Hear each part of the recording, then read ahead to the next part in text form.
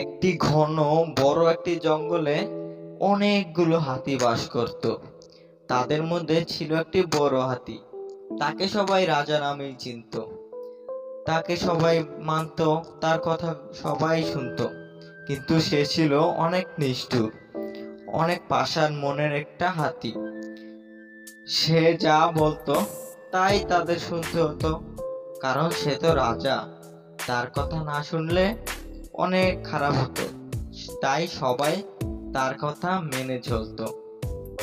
একদিন হাতিটি বলল, শোনো, আমি যেহেতু তোমাদের রাজা, তাহলে তোমরা একটা কাজ করো। তোমরা আজকে থেকে আমাকে প্রতিদিন খাবার এনে দিবে, ঠিক আছে? আর যদি তাহলে তোমরা না করো, তাহলে তোমাদের সবাইকে আমি জঙ্গল থেকে বের করে দেব, আর কাউকেই এই জঙ্গলে ঢুকতে দেব না। কথাটা ভালো করে মাথায় ঢুকিয়ে নাও। তারপর একটি হাতি বলল, হুজুর, আমরা তো নিজেদের খাবার জোগাতে হাঁপিয়ে যাই, আপনার খাবার কোথা থেকে জোগাড় করব বলেন? তাহলে আজকেই এই জঙ্গল ছেড়ে চলে যাও। তোমাদের মতন হাতি আমার এই জঙ্গলে লাগবে না। এক্ষুনি এই জঙ্গল থেকে চলে যাও। এই বলে রাজা হাতিটি সেখান থেকে চলে গেল। তারপর আর কি, তাদের তো আর কোনো কাজ নেই। রাজার হুকুম মানাই তাদের কাজ। সেজন্য রাজাকে তারা প্রতিদিন খাবার এনে দিত, আর নিজেরা কিছুই খেতে পেত না। তারা না খেতে পেরে পেরে অনেক ক্লান্ত হয়ে যেতে লাগলো। তাদের মধ্যে একটি মহিলা হাতি ছিল অন্তঃসত্ত্বা। সে তার স্ত্রীকে অনেক ভালো ভালো খাবার এনে দিত।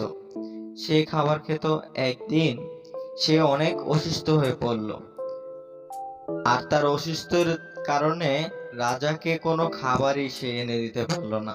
অমনি রাজা রেগে গেলেন, আর তাদের সামনে এসে বললেন, তোদের এত বড় সাহস, তুই আমাকে খাবার দিসনি এখন পর্যন্ত, তুই এক্ষুনি আমার জঙ্গল থেকে বেরিয়ে যা।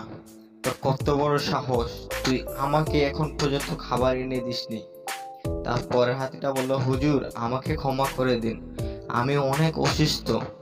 আমি এই শরীর নিয়ে কিভাবে আপনার জন্য খাবার নিয়ে আসবো?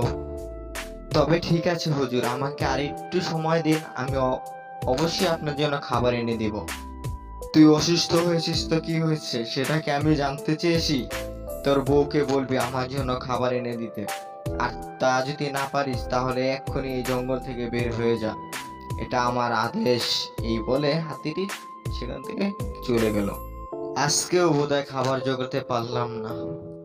রাজা মনে হয় আমাদেরকে এই জঙ্গল থেকে বেরই করে দেবে। আর এই জঙ্গল থেকে বের করে দিলে আমরা যাব কোথায়? যাওয়ার তো কোনো জায়গায় নেই। তুমি কোনো চিন্তা করো না, একদিন দেখো সব ঠিক হয়ে যাবে। তার আজকে না হয় আমি খাবার জোগাতে চলে যাব। না না, সে কি করে হয়? তোমার শরীরটা তো এমনিতেই অনেক অসুস্থ, তারপর তুমি কিভাবে খাবার জোগাতে যাবে?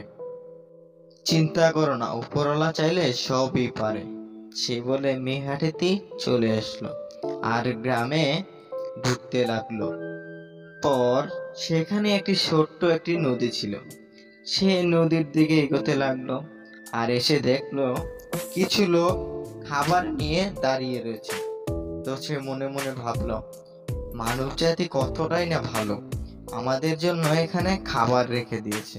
তারপর তার ছোট্ট ছানাকে বলে, ইস ছানা, দেখেছো, তুমি যদি বাহিরে আসতে পারতে, পৃথিবীতে আসতে পারতে, তাহলে কিন্তু অনেক কিছু দেখতে পারতে। মানব জাতি কত ভালো। এই বলে হাতিটি লোকটির কাছে কলা চাইলো, আর লোকটিও দিয়ে দিল। তারপর সে কলা নিয়ে খেয়ে ফেললো। তারপর হাতিটি বলল, হে মানব জাতি, তোমাদেরকে তো আমি অনেক ভালো মনে করেছিলাম, অনেক ভালো জাতের মানুষ মনে করেছিলাম, কিন্তু তোমরা আমার সাথে এই আচরণটা করলে। এই বলে হাতিটি মারা যেতে লাগলো, আর তার বাচ্চাটাকেও অনেক বাঁচানোর চেষ্টা করতে লাগলো, কিন্তু শেষমেশ তার বাচ্চাটাকে বাঁচাতে পারলো না। হাতিটিও সেখানে মারা গেল, আর তার বাচ্চাটাও সেখানেই মারা গেল। তো ছোট্ট বন্ধুরা, আজকের এই ভিডিও থেকে আমরা কি শিখতে পারলাম? যে কাউকে সাহায্য করতে হবে, কাউকে মেরে ফেলতে নয়। বন্ধুরা, তোমরা যদি আমার এই চ্যানেলটিকে নতুন হয়ে থাকো তাহলে অবশ্যই চ্যানেলটিকে সাবস্ক্রাইব করিও। আর সবাই ভালো থাকো, টাটা।